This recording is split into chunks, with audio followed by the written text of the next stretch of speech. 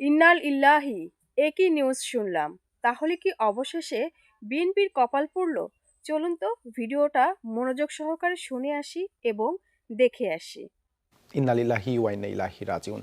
ফুসফুসের সংক্রমণ সহ নানা জটিলতায় রাজধানীর এভারকেয়ার হাসপাতালে চিকিৎসাধীন আছেন বিএনপি চেয়ারপারসন বেগম খালেদা জিয়া। জানিয়েছেন বা বিএনপি নেতাকর্মীরা আমাদেরকে যেটি জানিয়েছেন যে দেশ বিদেশের সমন্বয়ে একটি চিকিৎসক বোর্ড তৈরি করা হয়েছে। সেই বোর্ড বেগম খালেদা জিয়ার চিকিৎসার সার্বিক খোঁজখবর নিচ্ছেন। বেগম খালেদা জিয়া খুব ক্রিটিক্যাল কন্ডিশনে চিকিৎসারত আছেন। শেষ খবর পাওয়া পর্যন্ত কখনো শোনা যাচ্ছে, কোনো ঘন্টায় শোনা যাচ্ছে তিনি তার হাসপাতালে বেগম খালেদা জিয়ার এখন ক্রিটিক্যাল অবস্থার মধ্যে আছে, জীবন মৃত্যুর সন্ধিক্ষণে যেটাকে বলে। ভালো নেই খালেদা জিয়া।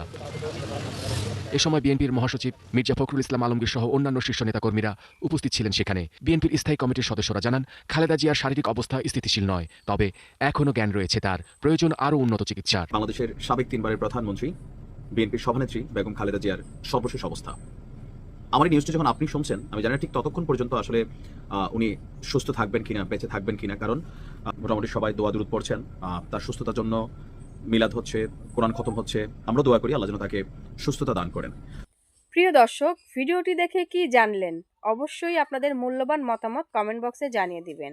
পারলে ভিডিওটি শেয়ার করে সবাইকে দেখার সুযোগ করে দিবেন এবং চ্যানেলটি সাবস্ক্রাইব করে পাশেই থাকবেন। ধন্যবাদ।